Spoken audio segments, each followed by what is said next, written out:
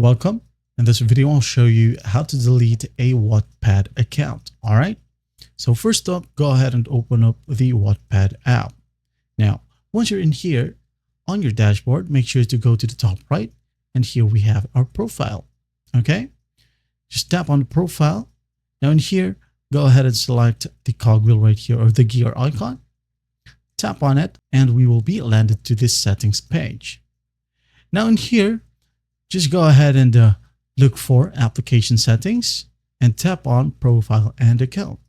Just tap on it, wait for it to load. Now, once it loads, you're going to want to scroll all the way down until you find the close account option. Just tap on it and it will open up our browser. All right.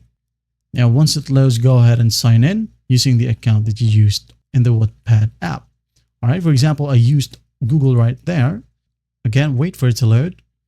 Now, once it loads, go ahead and go back to your profile right here at the top right. Tap on profile. Tap on the gear icon. Tap on profile once more. Now go ahead and go to the very bottom. Tap on close account. Now it says here, close your Wattpad account. And this is your username. All right. Now it will ask you, tell us why you're closing your account. Just go ahead and select a reason. For example, prefer not to say.